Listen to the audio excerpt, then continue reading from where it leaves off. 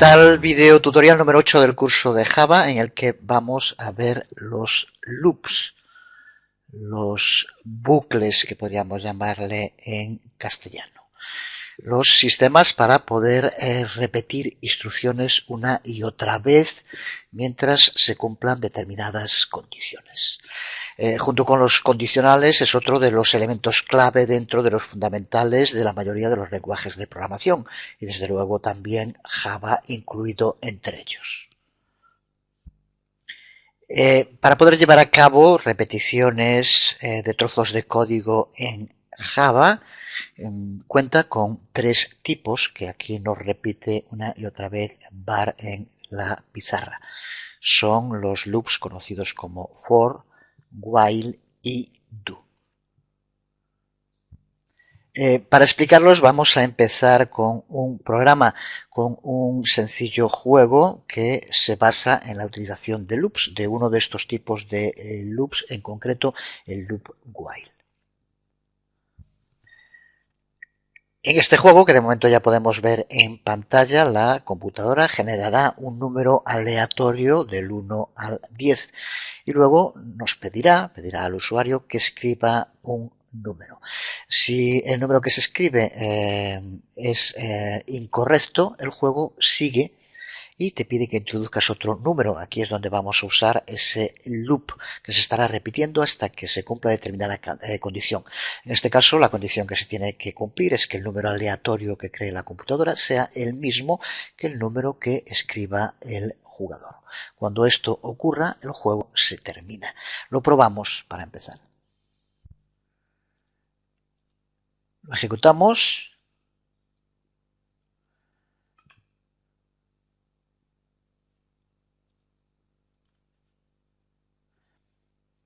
Voy a subirla aquí un poco para que se vea mejor. Y como vemos aparece primero un saludo de bienvenida y aquí ahora nos pide que escribamos un número del 1 al 100. Vamos a escribir, para irnos poniendo por orden para saber cuáles escribimos, el 1 por ejemplo, y como vemos no coincide con el número aleatorio que ha creado el propio ordenador y por tanto aparece el mensaje. Aquí se está utilizando el loop. Inténtalo de nuevo, escribe un número del 1 al 10. Escribimos el 2 y así tenemos que seguir escribiendo hasta que acertemos. Esta vez parece que es uno alto. El número 8 es el que aleatoriamente había elegido Java en la computadora y aquí vemos el resultado.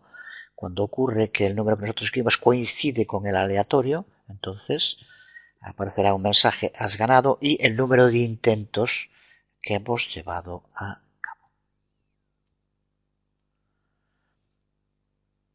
Como vemos dentro del código, para empezar tenemos que importar varias de las clases preconstruidas de Java que necesitamos para la creación del programa. De momento no vamos a profundizar en ellas, pero una, como vemos, es la que nos va a permitir crear ese número aleatorio. La otra es la de system, que nos va a permitir que cuando estemos escribiendo, como vemos aquí, el println, no tener que poner siempre delante system out, sino simplemente con out println ya nos llega. Y scanner, que es el que va a estar comprobando los números que se van introduciendo. Realmente aquí lo que nos interesa es esta parte, la que aquí tenemos, donde se lleva a cabo el loop while con las declaraciones que aquí van entre las dos llaves, como vemos.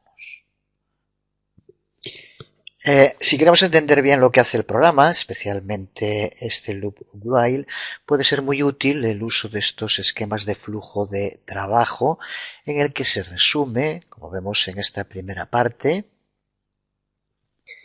que es la que se ejecuta antes del loop, el saludo de bienvenida, se le pide al usuario que escriba un número, se obtiene el valor que ha escrito el usuario y como ya cuando escribe ese número es el primer intento, se añade 1 al número de intentos para llevar la lista que aparecerá después al final.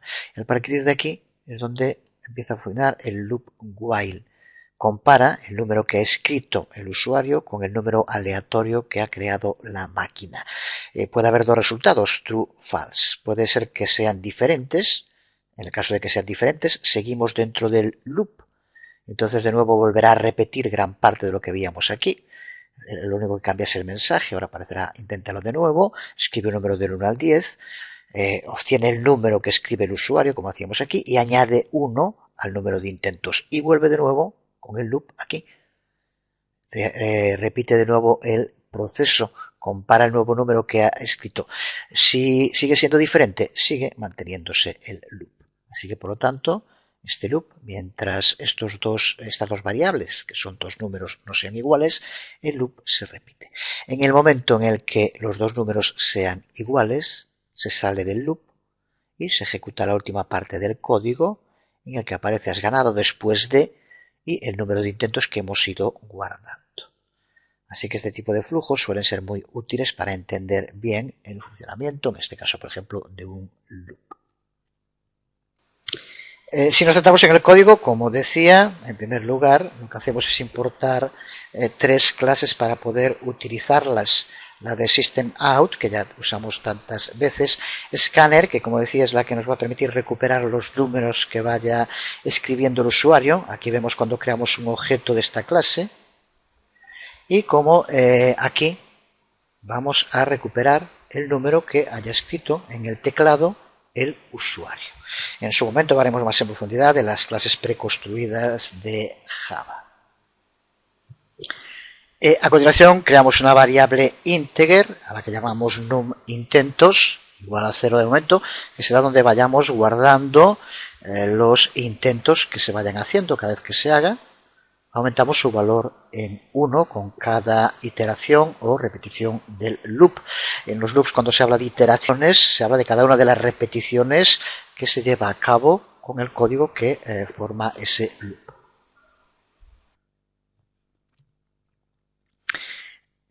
A continuación creamos la otra variable de tipo integer, num aleatorio, que la convertimos en ella, guardamos un objeto de la clase random.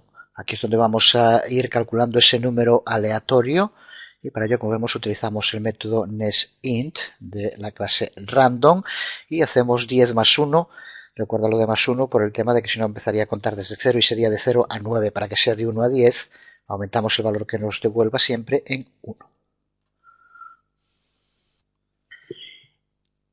Y dentro de el código que ya va a empezar a mostrarse, de nuevo con el uso de outPrintln, en este caso como decimos ya si tenéis que poner system, la bienvenida e indicar que se escriba el número. Cuando escribe el número por primera vez utilizamos el objeto de la otra clase scanner para recuperar el número que ha escrito el usuario. Y como ya ha escrito un número, aumentamos el valor de la variable num intentos en 1, por lo tanto ya ahí aparecerá 1. Y a partir de aquí, como vemos, ya es el loop while, que es este trozo. Loop while que aquí tenemos en pantalla y que si quisiéramos traducir del idioma Java al idioma castellano, pues diría algo como lo que ponemos aquí. Mientras número escrito no sea igual a número aleatorio, repite una y otra vez las declaraciones incluidas entre las llaves. La condición que va a comprobar cada vez que se itere, se repita el loop, es si número escrito es distinto de número aleatorio, operador que ya conocemos. Si es así, por lo tanto, se cumple, se ejecuta. ¿Cuándo no se cumplirá? Cuando número descrito sea igual a número aleatorio, porque la condición no se cumple y entonces el loop se deja de ejecutar. Si la condición del while es true, verdadera, por tanto número escrito y número aleatorio no son el mismo, entonces lo que hacemos, dejamos un espacio usando un println sin más, a continuación inténtalo de nuevo como string, a continuación escribe un número del 1 al 10 de nuevo y ahora aquí, mediante el uso de nuevo del objeto de la clase scanner, recuperamos ese número que ha escrito el usuario y aumentamos en 1 los números de intentos que ha hecho el usuario. A partir de este momento se vuelve, como decíamos de nuevo al principio, y según el número que haya escrito se comprueba si es igual o no. Si no lo es, se sigue repitiendo el loop constantemente. En el momento en el que el usuario escriba un número que es el mismo que el que la computadora de modo aleatorio ha elegido, entonces esta condición es false, ya no se cumple, ya que las dos variables son iguales, entonces se salta todo el código del loop y se pasa a la línea siguiente después de la llave de cierre del loop. Que si lo vemos aquí en el código, cuando no se cumpla esta condición, por lo tanto cuando sean iguales las dos variables, salta del loop, se sale del loop y se ejecutan estas dos últimas líneas, en las que como vemos indica, has ganado después de, y aquí imprimimos la cantidad de intentos que hayamos ido guardando en la variable numIntentos. Un ejemplo sencillo pero totalmente operativo, un auténtico juego. De nuevo, no sería nada mal que juegues tú también con el código y que cambies cosas, lo readaptes, como la mejor forma de irse habituando a escribir código. Por ejemplo, podrías hacer que dentro del loop, aparte de la información que aparece ahora, simplemente con otro outPrintln, que nos indicara el número de intentos que lleva cada vez que haga loop. Así que por lo tanto piensa un poco cómo tendrías que hacerlo. Aquí sobre todo piensa si quieres que aparezca el número de intentos, si tiene que ir antes o después de la variable donde aumentas su valor.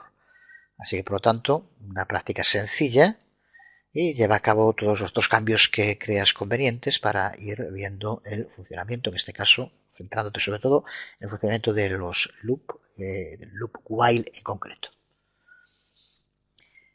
Hace un rato traducíamos, por decirlo así, del idioma Java al idioma español un trozo del código. Vamos a hacerlo al contrario. Cuando se habla de loops, sobre todo del loop más común, que es aquel que tiene que repetir algo un determinado número de veces, se suele poner como ejemplo aquellas frases que los profesores obligaban a repetir una y otra vez en la pizarra, un trabajo en el que Bart Simpson, por ejemplo, es un gran experto. Pero cuando el profesor le decía a Bart, escribe en el encerado 100 veces, no le meteré más sapos en el bolso a la profesora, por ejemplo, pues en Java esto, si lo tradujéramos, sonaría algo como lo que aquí vemos en pantalla. Configura un contador igual a 0, mientras que el contador sea menor de 100, escribe no le meteré más sapos en el bolso a la profesora y añade 1 al contador para ir aumentando. Sea lo que estemos haciendo, en muchísimas ocasiones nos vamos a encontrar con que hay algo que queremos que la computadora repita una y otra vez. Puede ser imprimir una línea varias veces, puede ser procesar los datos de 10 cuentas, puede ser llamar a 1000 números de teléfono, etc. Si tuviéramos que hacer para cada una de estas líneas de código escribirlo una vez, sería tremendo. Así que para eso, en la mayor parte de los lenguajes de programación existe este tipo de repeticiones, de bucles o de loops. Pues en Java la declaración que repite un determinado número de veces determinadas líneas de código se conoce como loop o como declaración for.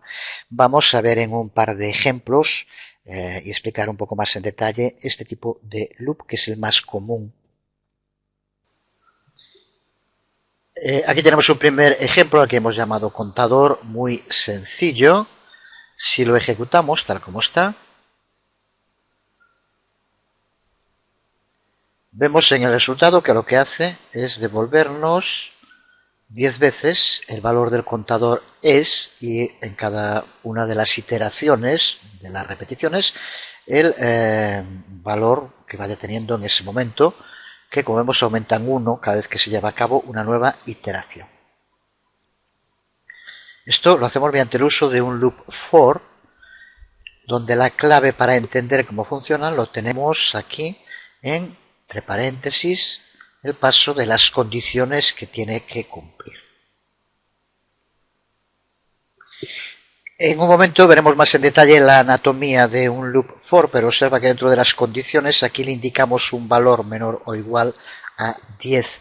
Con esto, ya digo, ahora lo veremos un poco más en detalle, le indicamos el número de veces que tiene que repetir el loop y por tanto el número de veces que se tiene que ejecutar este trozo de código, que es el que aquí vamos viendo. El valor de contador es 1, 2, 3 y así sucesivamente hasta 10, que es el último.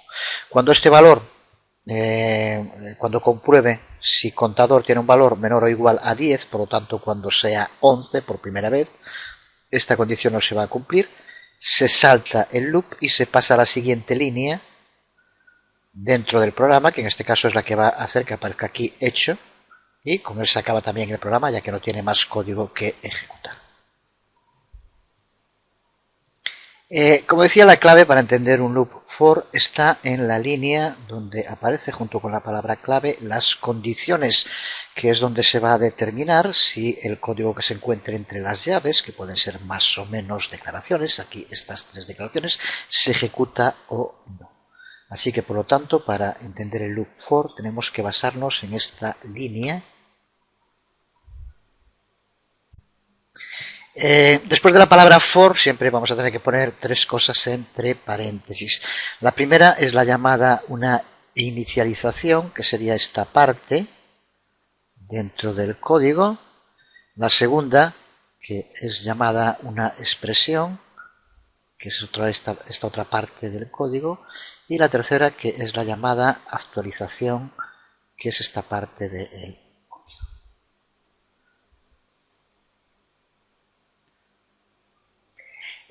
cada uno de estos 3 ítems que va entre paréntesis juega un papel distinto.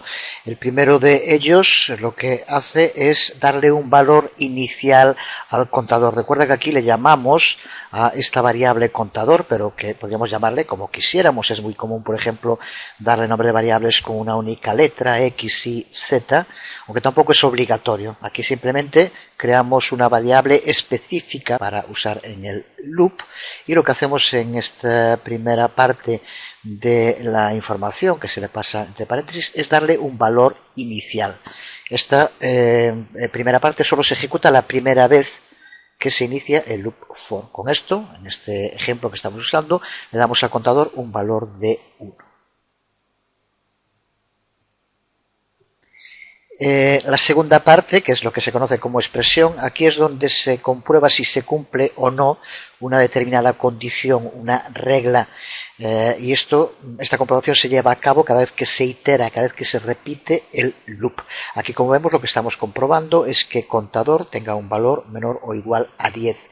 Mientras contador siga teniendo un valor menor o igual a 10, se está cumpliendo la condición y por lo tanto el loop se va a estar repitiendo. Y la tercera parte es la actualización, en la cual lo que hacemos es modificar el valor, actualizar de algún modo. No tiene por qué ser solo aumentando, podría ser también de otros modos, pero hay que modificar el valor que tenga contador, si no entraríamos en un loop infinito, ya que si el valor que tiene no cambia nunca, nunca se llegaría a cumplir la condición que hace que deje de iterarse el loop. Así que por lo tanto, para que un loop for funcione, necesitamos un inicializador, por decirlo así, un sistema de comparación y un actualizador del valor. Pues con lo que hemos visto hasta ahora, este código, este loop for, ya tendría que estar más que claro. Aquí lo que indicamos, creamos una variable de tipo integer a la que le damos un valor inicial de 1. Le indicamos como condición que el valor de esa variable sea menor o igual a 10. Y como actualizador, que cada vez que se itere, se repita el loop, aumente el valor de contador en 1. Y por tanto, esto, que es el contenido, la declaración bloque del loop for, se va a estar repitiendo mientras el contador sea menor o igual a 10, por tanto hasta que llega a 11, que es lo que vimos aquí antes cuando lo ejecutamos. Se repite 10 veces con las declaraciones que tenga y al llegar a 11 ya no se cumple esta condición, el contador ya no es menor o igual a 10 y en ese momento es cuando aparece hecho, porque ya se salta el loop y pasa a la línea siguiente, como aquí vemos. Facilito, ¿no? Pues sí que lo es. Las cosas muchas veces son más sencillas de los que alguna gente lo quiere presentar, bien porque ellos son incapaces de entenderlo o bien porque son amigos del oscurantismo. Casi siempre las dos cosas suelen ir juntas. Yo que viví muchos años en una dictadura, me cansé de escuchar a supuestos técnicos que empezaban a hablar en una jerga totalmente incomprensible y en un lenguaje oscuro, que lo único que intentaban con eso era demostrar que estaban en una especie de estadio superior y que era imposible que el común de los mortales los entendiéramos. Ese tipo de personajes existen, de personajillos, mejor, y son realmente peligrosos. Peligrosos en primer lugar porque son unos incompetentes, unos auténticos ineptos. Y en segundo lugar porque a mucha gente la convencieron de que ellos eran incapaces de poder hacer eso, simplemente con el modo en el que intentaban, ya digo, con esa jerga tan oscura, esconder sus propias incapacidades.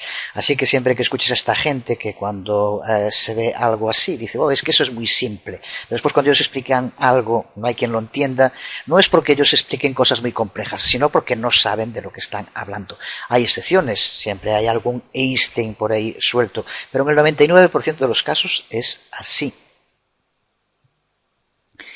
Si alguien ha entendido algo bien, tiene que saber explicarlo bien. Y para que lo entienda prácticamente cualquier persona, hasta un niño de 5 años. Y no voy a repetir el chiste de Groucho Marx tan bueno, que por cierto en la actualidad habría que también actualizarlo, porque con estos temas de informática no es raro que te encuentres con chavales de 16, 17 años, que luego que saben mucho más que muchísimos de 20 y 30 y de 40, 50 o más.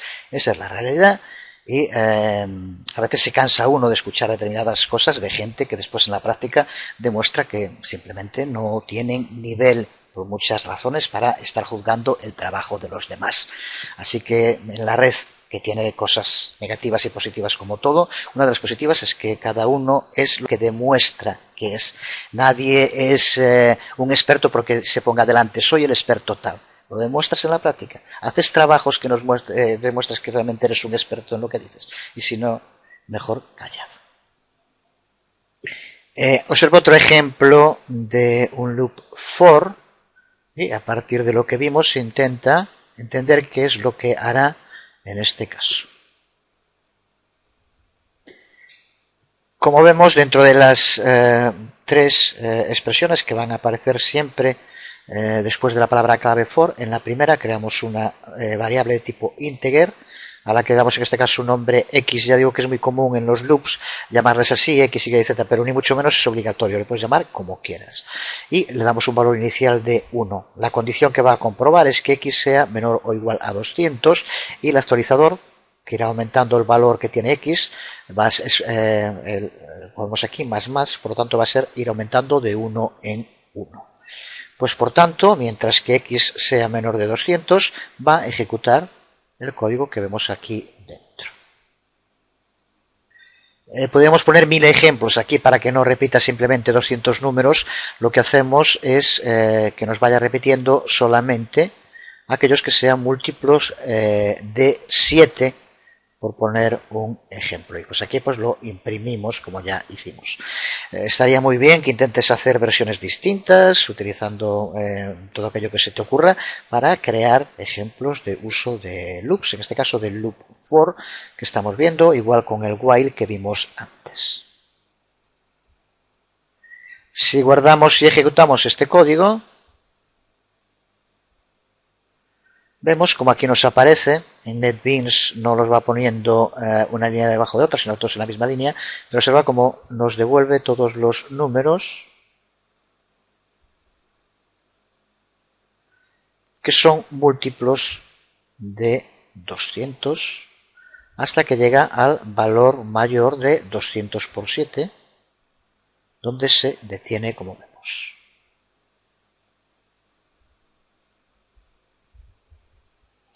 Vemos un ejemplo del flujo de un loop for, igual que hicimos antes con el flujo del loop while. Lo hacemos con el primero de los ejemplos de loop for que hemos utilizado. No estaría nada mal que intentaras hacer un flujo del mismo tipo para el otro loop for con el que hemos trabajado ahora.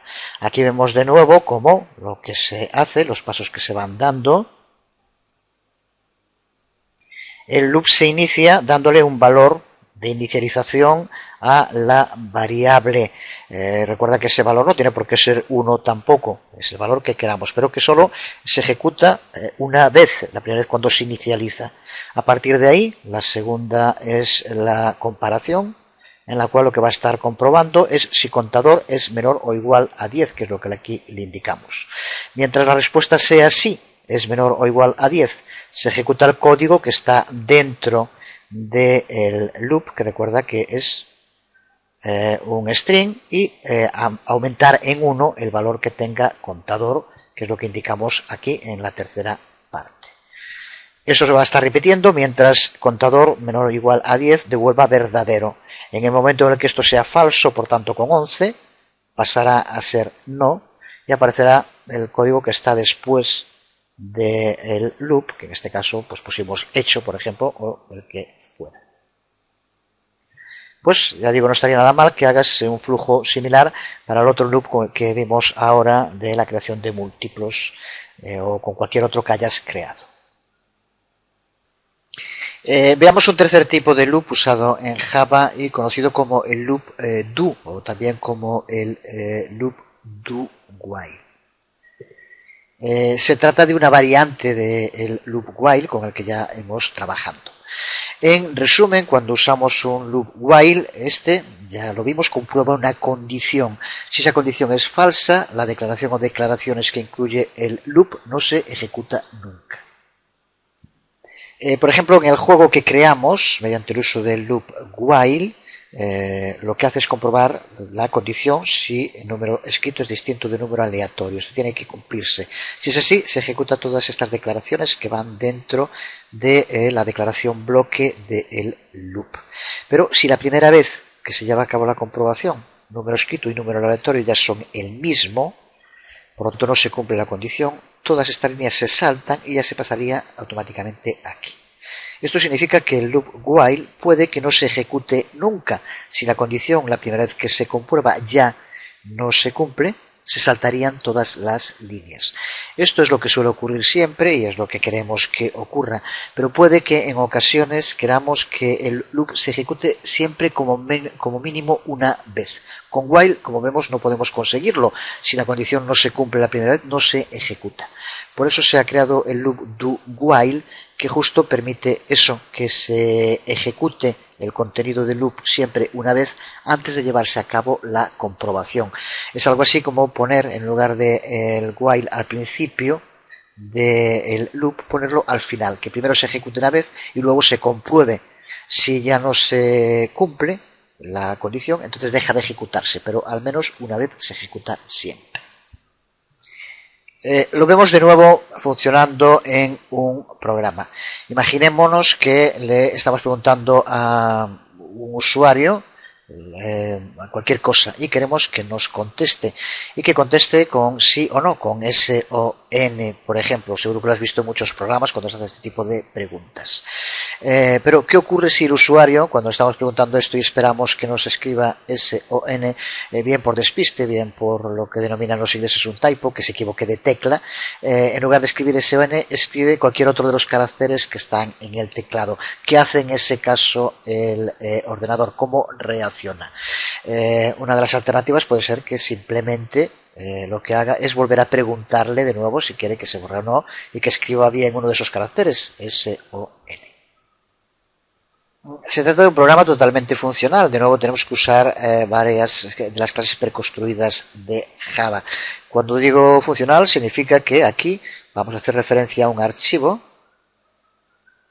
Aquí lo vemos mediante el uso de esa clase IOFile de Java, y este archivo, si existe, va a eliminarse si le decimos que sí. para que funcione completamente.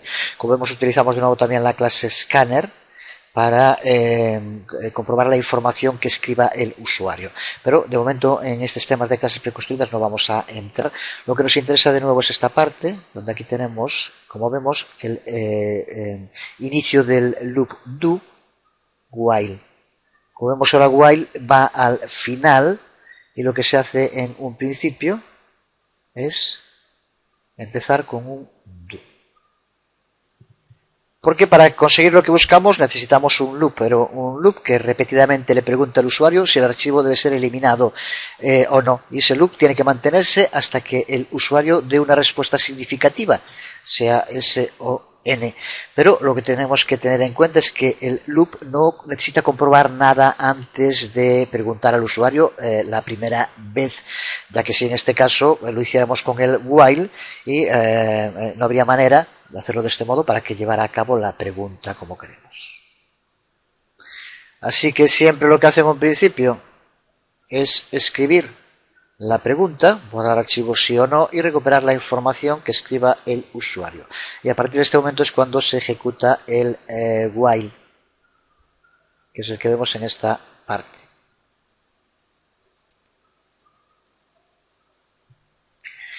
Aquí lo que hace es la condición. Si réplica es distinto de S y réplica es distinto de N, entonces vuelve de nuevo a iniciarse la ejecución del do while y de nuevo volverá a preguntar, borrar archivo SN, comprobar lo que escribe. Si sigue siendo el while cierto, si sigue escribiendo algo que no sea S o N, vuelve otra vez a el do. Y aquí tenemos este ejemplo de do while, en el que primero muestra la información y luego ejecuta el while, como aquí vemos. Si el while no se cumple, por tanto la condición es falsa, se pasa a este sencillo if-else, en el que indica lo que tiene que hacer si la respuesta es S, es un mensaje, y borrar el archivo mediante el archivo de archivo delete, como aquí vemos. Si es no, pues entonces simplemente dice de acuerdo, no se borra. Pero aquí donde nos interesa ahora el do while, esta parte de aquí, como vemos, primero se ejecutan las condiciones y luego se comprueba el while. Mientras la condición sea cierta, estará haciendo loop do while constantemente.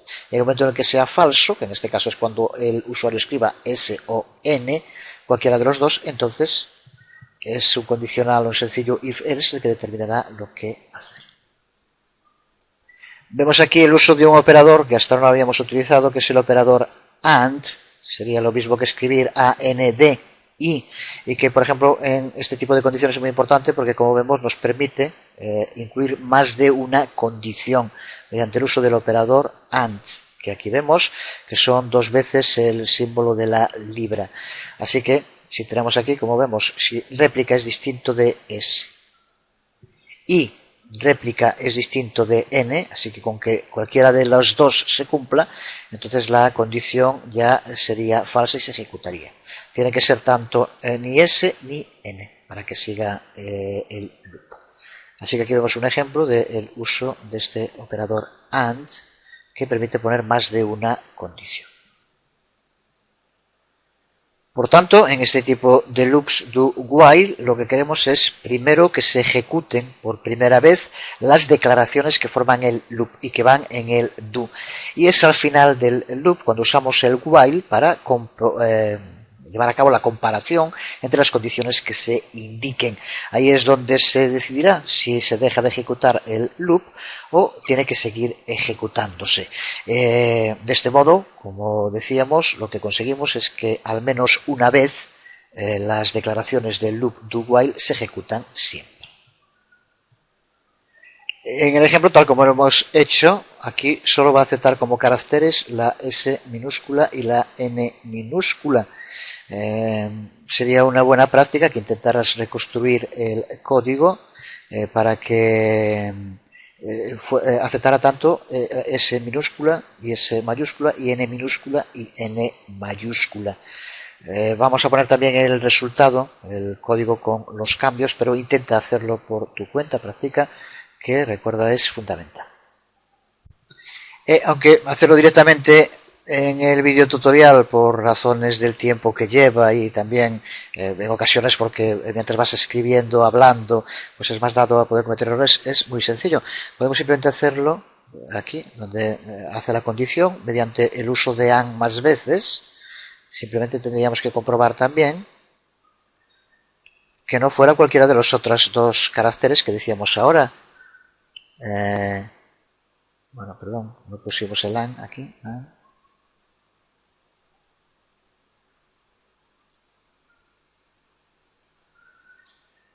Mientras réplica sea distinto de S, y réplica sea distinto de N, y réplica sea distinto de S mayúscula,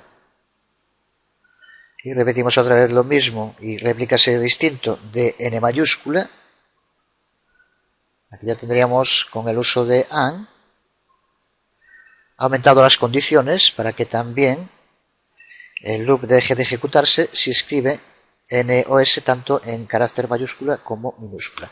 Y ahora aquí tenemos que indicar también en if réplica, si réplica es igual a S, y ahora tenemos que usar otro operador que es el operador OR, igual que AND, en lugar de I ahora es O, si réplica es igual a S. A ver, justo la forma en la que se escribe es con esta línea vertical que está en el 1 con al GR1, estas dos barras, si réplica es igual a S o, y ponemos de nuevo réplica es igual a S mayúscula,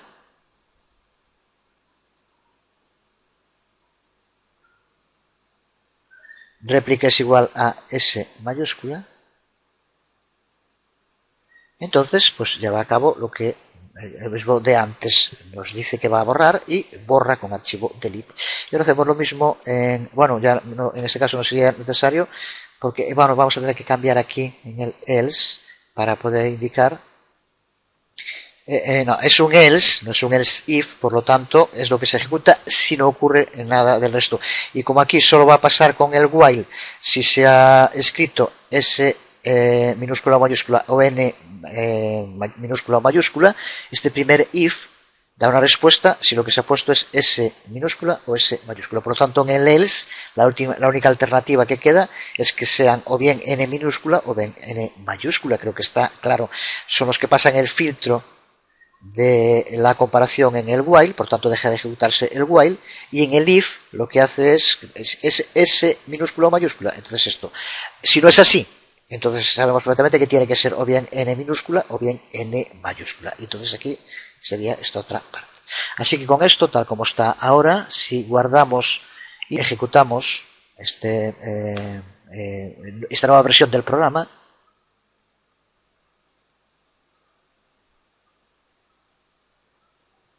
al ejecutarse, cuando llega al loop do while, la primera parte del do se ejecuta y nos pregunta borrar archivos SN. Y como vemos ahí ponemos lo que se puede escribir. Si ponemos cualquier otra letra como D, por ejemplo, al comprobar en while, en esta parte que no se cumple, no se ha escrito ninguno de los 4 caracteres permitidos, vuelve otra vez al do y vuelve a preguntar. Y así, como sabemos, sigue preguntando mientras nos escribamos algunos de los caracteres.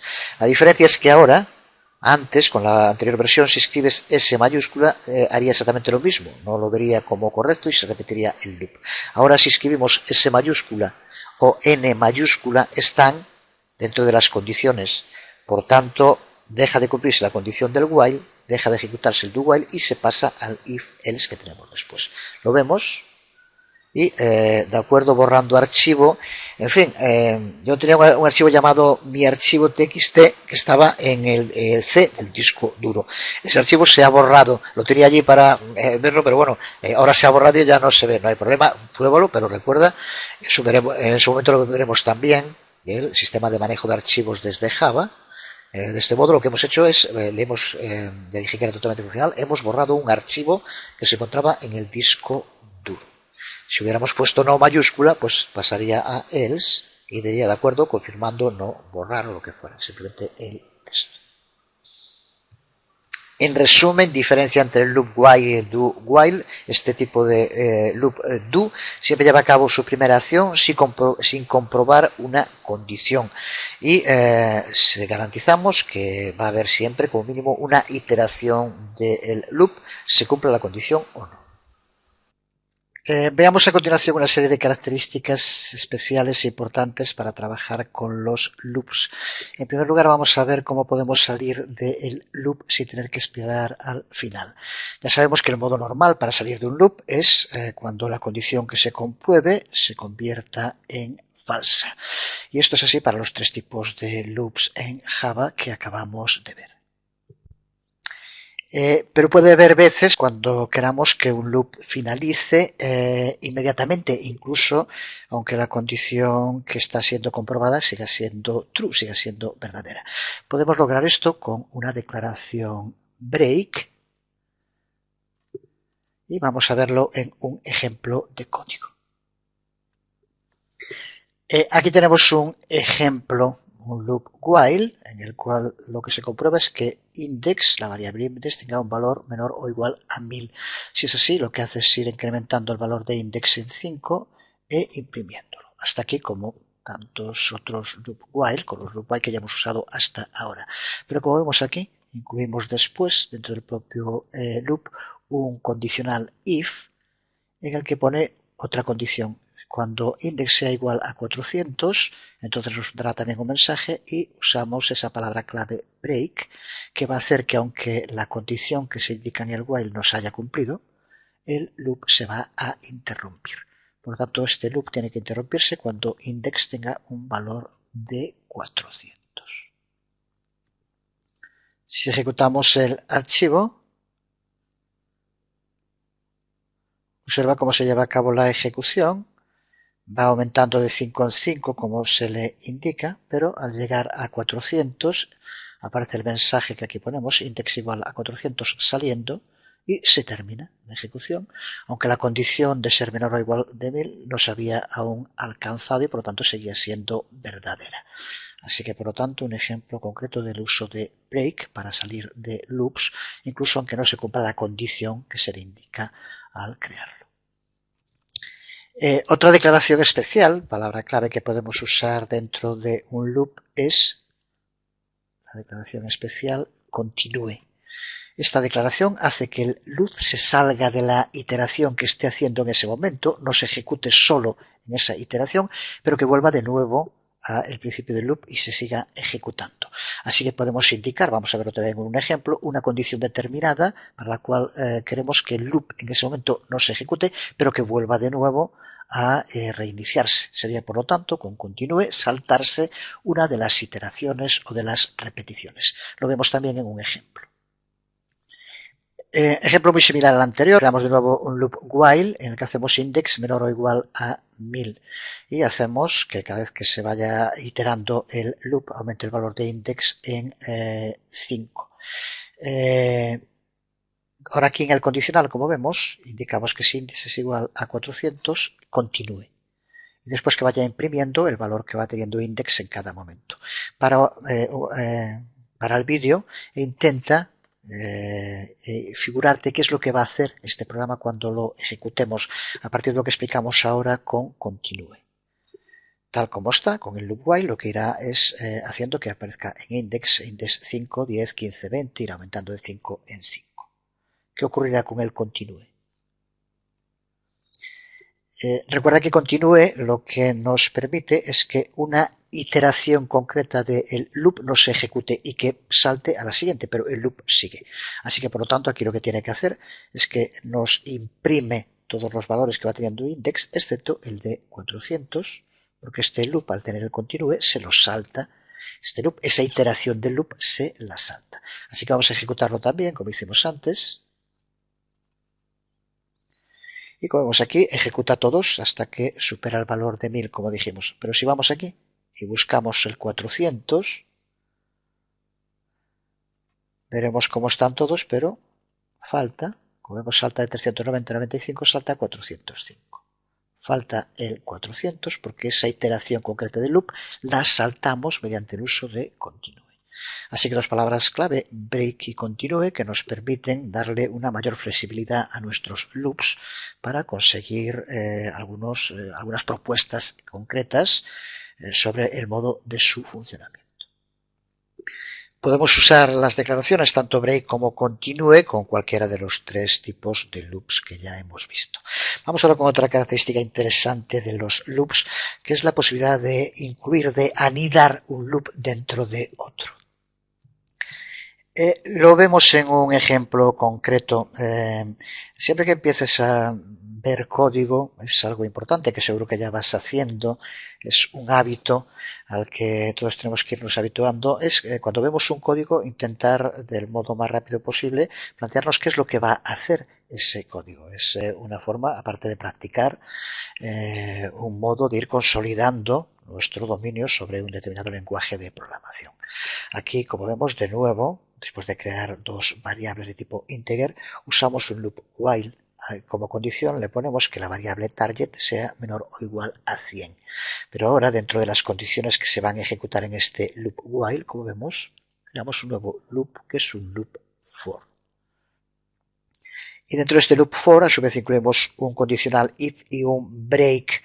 El estudiar condicionales, loops, palabras clave, que por ejemplo en este caso por separado tiene una función teórica, pero en la práctica nos vamos a encontrar posteriormente con muchas veces con algo similar a esto, con un loop dentro de otro loop. El segundo loop que a su vez tiene un condicional y dentro del que hay una palabra clave break. No es nada complicado. Pero observa lo que ocurre aquí. Tenemos un while que se finalizaría cuando el target fuera menor o igual a 100. Pero dentro de él incluimos un loop for que, como vemos, cuando alcanza 50 hace un break, con lo cual de nuevo hace que vuelva a 0 y por tanto el while de target nunca va a poder llegar a 100. Por tanto aquí lo que tenemos es un loop que no termina nunca, algo que a veces es una pesadilla para los programadores, debido a que dentro el loop anidado for va a finalizar con el break, pero el finalizar el break resetea target y por tanto target nunca va a poder pasar de 50, nunca va a poder llegar al valor de 100. Lo comprobamos, lo probamos.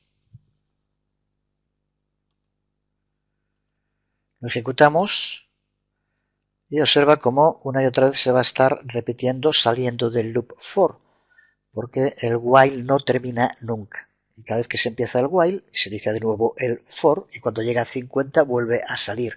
Se inicia de nuevo el while y aquí estamos en lo que se conoce también como un loop infinito, un loop que no terminaría nunca de ejecutarse.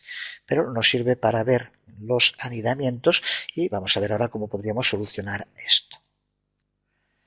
Esto, como sabemos, estaría ejecutándose continuamente, pero trabajando en NetBeans no tenemos problema de varios modos. Por ejemplo, pulsando aquí en el stop, inmediatamente ya hacemos que se detenga la ejecución de este loop, que si no estaría, como vemos aquí, repitiéndose constantemente. ¿Qué tendríamos que hacer si quisiéramos que saliera de los dos loops y no solo del que está anidado dentro del loop while? Pues para hacer esto posible tenemos que darle al otro loop, en este caso a esa declaración while, un nombre. A los loops se le puede dar un nombre y de ese modo, mediante el nombre, podemos referenciarlo desde el loop que se encuentra dentro. Por tanto, si un loop tiene un nombre, podemos usar la declaración break o podríamos usar también la continue que vimos antes para indicarle al loop dentro de un loop al cual aplicar el break o continue que estemos utilizando. Lo vemos de nuevo en el ejemplo, vamos a reconvertirlo. Y aquí tenemos un código muy similar al anterior, pero en el que ahora cuando salga con este break va a salir de los dos loops. Como decíamos, para empezar tenemos que darle un nombre al loop y lo hacemos de este modo. Aquí lo vemos.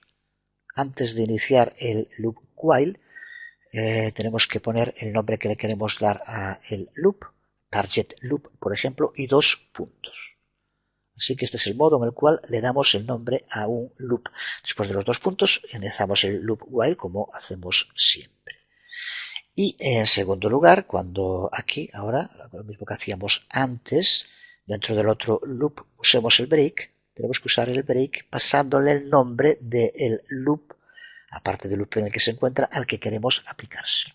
Así que como vemos ahora, ponemos break target loop. Con esto, cuando llegue a 50, va a salirse del loop for, pero también se sale del loop while, a indicárselo aquí con el break. Si lo ejecutamos, observa cómo pasa exactamente eso. En el momento en el que llega al valor mayor de 50, se produce un break, se acaba, pero ahora sale de los dos loops, no solo del loop for, porque aquí se lo indicamos. Así que también una característica importante, la posibilidad de darle nombres a los loops y posteriormente referenciarlos. Lo creamos dándole un nombre y 2 puntos antes de la palabra clave del loop, while, se podría aplicar a cualquiera de los otros loops también, y cuando lo llamamos, simplemente el nombre del loop sin los 2 puntos. Como decía también hace un momento, estamos aún sentando las bases, poniendo los cimientos de lo que es un lenguaje de programación a partir de estos fundamentales, y muchas veces entre mezclas y remezclas de los fundamentales, la complejidad del código de programación va aumentando y los propios loops pueden aumentar claramente su complejidad. Un loop for, por ejemplo, como el que aquí tenemos, puede ser bastante más complejo de lo que hemos usado hasta ahora. Puede incluir más de una variable de inicialización, como aquí vemos, por ejemplo, inicializamos con i y con j, no solo con una variable i. Y aquí, como vemos, empezamos para i igual a 0, j igual a 0. La inicialización tiene 2 variables en lugar de una. Podría tener más. Podríamos hacer lo mismo con la condición, que aquí como vemos usamos una y por j menor a 1000, pero podemos usar más. Y como vemos aquí al final, también en el modificador podemos usar más de uno. Aquí estamos usando 2 cada vez y va a ir aumentando en 1 y j va a ir aumentando en 2. Cada una de las 3 partes que forman el loop, como ya sabemos, el loop for, van separadas por punto y coma. Las distintas que estén dentro de una misma sección, como es aquí en la inicialización 2, van separadas por comas, como vemos aquí, o como vemos aquí. Creo que también, de nuevo, como decía antes, lee el código, intenta entender qué es lo que va a hacer, pero creo que está claro. Aquí, mientras que la multiplicación de i por j sea menor que 1000, los dos se inician con un valor de 0 y irá aumentando en 1 su valor y j irá aumentando en 2 su valor. Y lo que hacemos aquí, como vemos, con este código, es multiplicar i por j, que nos aparezca el resultado en pantalla. Si ejecutamos el archivo, aquí vemos el resultado, como lleva a cabo la multiplicación y cómo va de cada iteración, aumentando en 1 el valor de i y aumentando el 2 el valor de j, y esto hasta que el valor, como se indica aquí, la multiplicación, si la siguiente ya sería mayor de 1000 y por lo tanto termina aquí.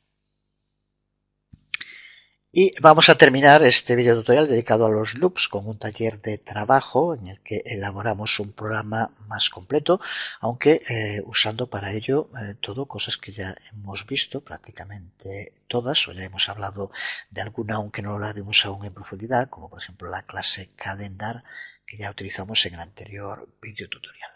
En este caso se trata de un taller de trabajo con un programa Java que ejecuta una comprobación en la velocidad de nuestro ordenador. Lo que va a hacer es ejecutar durante un minuto loops y ver la cantidad de veces que es capaz de ejecutar ese loop durante un minuto. Eso nos puede permitir comparar la velocidad entre distintos ordenadores.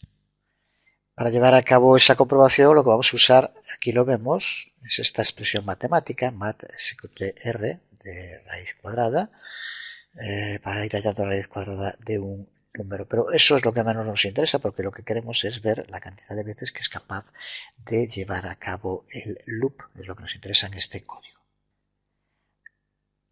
Así que vamos a analizar el programa, algo que es lo que realmente siempre que tengas un código delante debes intentar hacer, ir línea por línea intentando ver qué es lo que hace. En la línea 1 utilizamos la declaración import para hacer que el grupo de clases Java útil estén disponibles para este programa. Vamos a usar una de las clases de este grupo que ya hemos utilizado en un anterior ejemplo, que es la clase calendar. En las líneas 3 y 4 declaramos la clase medidor velocidad y creamos el bloque main del programa. Lo iniciamos.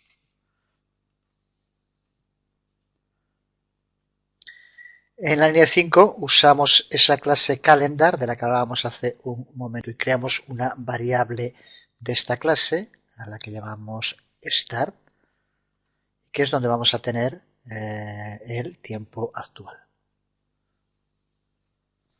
En las dos siguientes líneas aplicamos el método get de calendar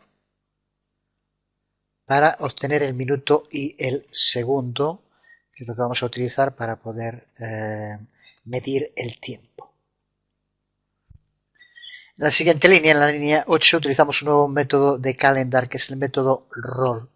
Un método que nos va a permitir mover el tiempo hacia adelante. En este caso vamos a moverlo un minuto. Pues aunque aquí parece que start minute y start second no son necesarias después, sí lo son en este roll. Lo que vamos a utilizar es un minuto justo después de los valores que tengamos aquí. Pues esto pasará un minuto más adelante, nos lo permite el uso de este método roll, que es otro método de calendar. Y a continuación podemos utilizar el método get para obtener el nuevo valor de minuto y segundo. Y a partir de la línea 12, aquí como vemos, iniciamos un loop while, a que le pasamos como valor true. Con esto, como valor, como condición, recuerda que es lo que indicamos en un loop. Y si pasamos como condición true, esto significa que el loop se va a estar reproduciendo continuamente. Sería un loop sin final, un loop infinito. Usaremos en su momento, como vemos aquí, un break para que finalice. Pero así con while true, este loop se estará repitiendo de modo indefinido.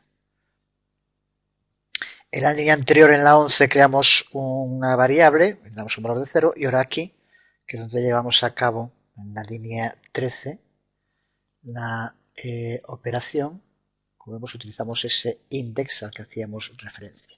La raíz cuadrada de index es la que almacenamos en una variable de nombre x. En la línea 14, utilizando la clase Gregorian calendar, aquí vemos una variable a la que llamamos now, que es una instancia de esta clase. Se trata de una variante de la clase calendario. En su momento, cuando empecemos con programación orientada a objetos y con clases, hablaremos de esta clase dentro de las utilidades de Java, de las importantes para todo lo que tiene que ver con fechas, tiempo y demás. Y en esta parte del código, que son las líneas que van desde la línea 15 hasta la línea 19, estas que vemos aquí, es donde vamos a usar una declaración if dentro de otra, es donde el programa comprueba para ver si ha pasado un minuto, comparando el minuto y segundo actual con el valor de next minute y next second. Si han pasado, entonces mediante el break finaliza el loop while. Si no es así, index sigue aumentando. Si es así y por lo tanto ha pasado un minuto, se produce el break, se sale del loop while y lo que hace en ese caso es imprimir el número de loops que se han hecho, que son los que llevamos guardados en index. Se trata de un programa que puedes utilizar como juego para ver cuál es el ordenador que corre más. Por ejemplo, su modo es bastante rápido y fiable de poder llevar a cabo esas pruebas y ver la potencia que tienen los distintos procesadores. Yo la verdad es que no estoy para muchos trotes ni carreras, ni mucho menos. Incluso tampoco con los ordenadores. Ahora que estoy cambiando de casa, estoy con el portátil desde hace una temporada. Lo cierto es que prácticamente trabajo igual con el portátil que con el fijo, pero es bastante más potente el otro. Lo probaré en su momento también en el otro, pero en este ahora sí medimos la velocidad. tarda un minuto que no vamos a estar grabando, porque recuerda que es el tiempo en el cual va a estar haciendo loop, aumentando el valor de index, y que es lo que nos mostrará aquí. Cada vez que se hace un loop, index aumenta en 1. Así que al final ahí tendremos una cantidad, la cantidad de loops que ha hecho en un minuto, que depende de la potencia del ordenador. Aquí lo tenemos, vemos como el programa exactamente tarda en ejecutarse un minuto, pues ver lo que queremos, y aquí el número de loops que ha hecho en ese minuto.